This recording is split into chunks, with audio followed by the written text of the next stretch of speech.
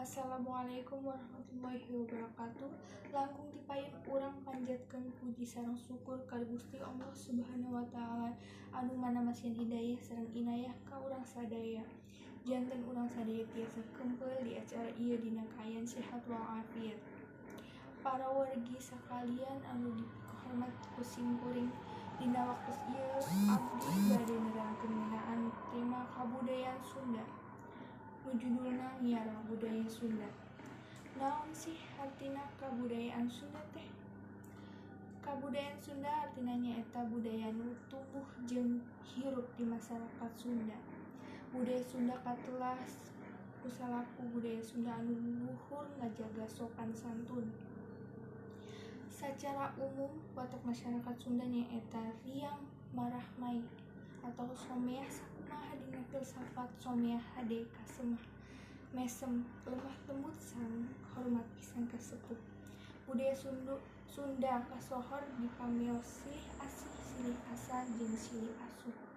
Silih asih atawa prioritaskeun kasieun, silih asuh tingkatkeun atanapi ningkatkeun dina kasorangan, ngalangkungan pendidikan sareng berbagi ilmu sareng saling ngajaga.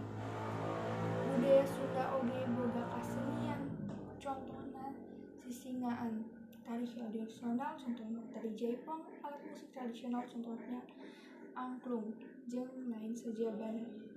Budaya Sunda nu tos aya ti keur jaman harita kedah dilestarikeun sasarengan jaman.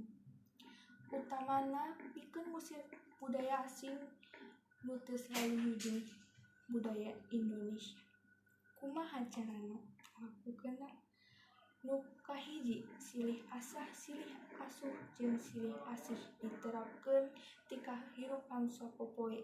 Teras miluan kagiatan ekstrakurikuler kasenian sakola atanapi kagiatan kesenian Sunda di luar sakola. Ngagunakeun basa Sunda nu ngeunah.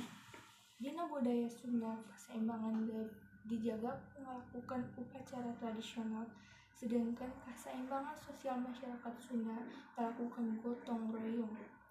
Upami ieu janten kabiasaan dina kahirupan sadinten, maka budaya Sunda dingeunaan anu dampak negatif moal ngaruksa.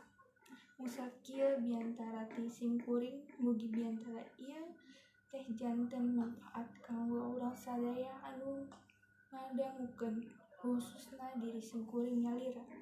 Ku kituna sakitu wae, hatur nuhun ka ibu bapa anu waktos masihan waktos ka simkuring. Billahi taufiq wal hidayah. Wassalamualaikum warahmatullahi wabarakatuh.